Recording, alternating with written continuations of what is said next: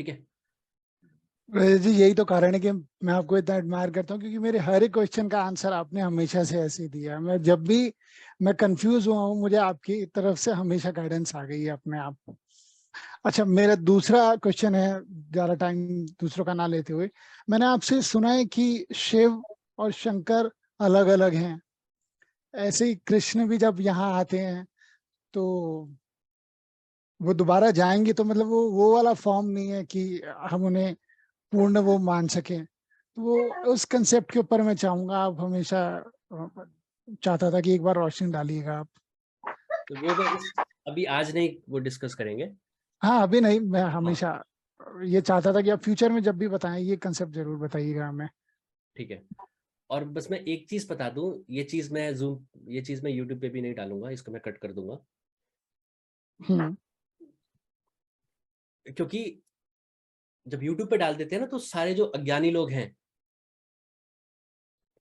कोई है जो शिव को मानता है, वो कहेगा शिव ही है सबसे बड़े, कृष्णा राम ये नहीं, शिव मेरे शिव सबसे बड़े हैं। कोई कृष्ण को मानता है कृष्ण सबसे बड़े हैं। राइट, तो इसलिए मैं यूट्यूब पे डालना नहीं चाहता।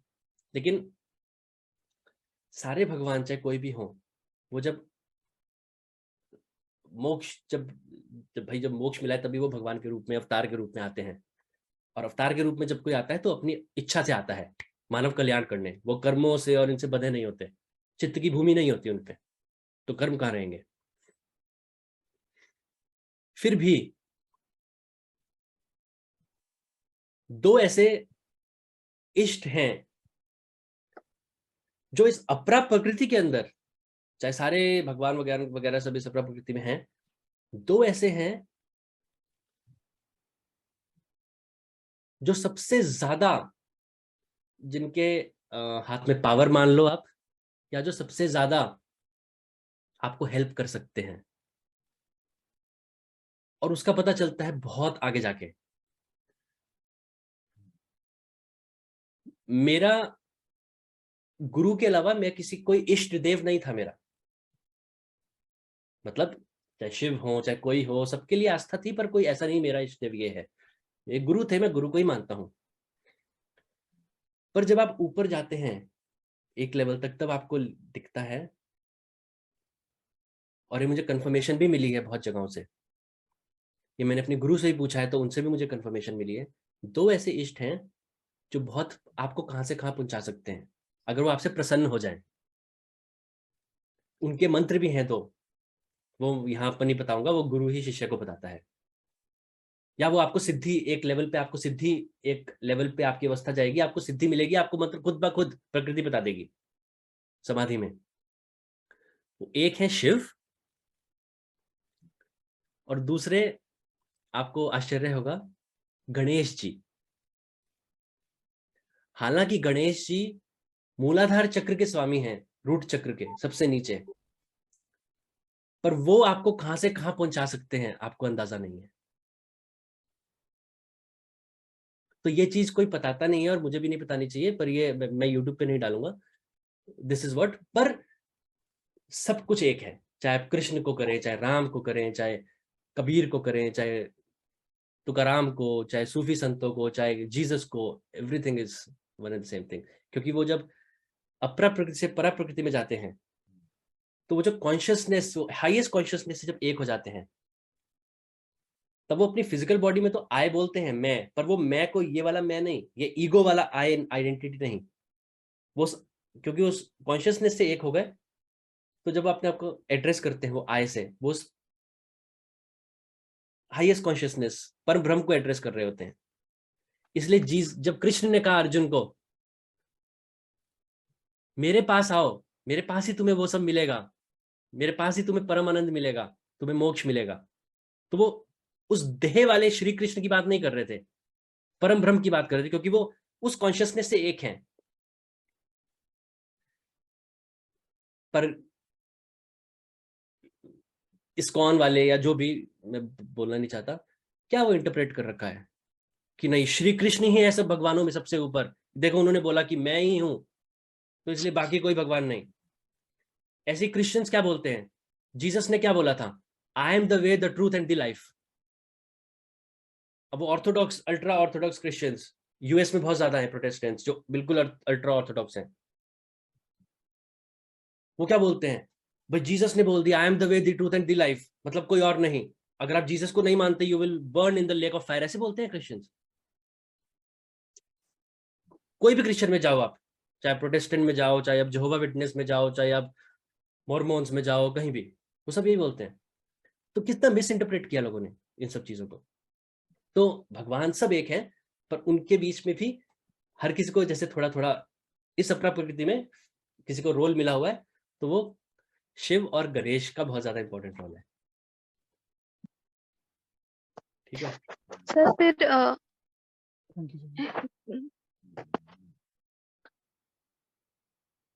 Hello hello, good evening sir. Good evening मेरा नाम रत्ना है जी। सर। फिर शिव शंकर जी और गणेश जी की पूजा अर्चना की जाए तो वो हेल्प करेंगे? हाँ हेल्प करेंगे, इसलिए बहुत सारे लोग पहले भी, रावण हो गया चाहे कोई हो गया, वो शिव को खुश करने में लगे रहते थे। और महाभारत में कृष्ण भी तो बोलते हैं ना, ये शिव भी इनकी लीला वही जाने, जिससे खुश होते हैं उसको कुछ भी दे देते हैं, बाद में उसका कोई भी परिणाम होता रहे। हाँ सर। हाँ तो सर वही ये तो मैं भी बोल सकती हूँ, नवनीत है। जी मैंने शुरुआत में शिव जी की बहुत भक्ति की है जी और चैंटिंग की है, जी गायत्री मंत्र की और शिव जी, और वहीं से शुरुआत हुई थी।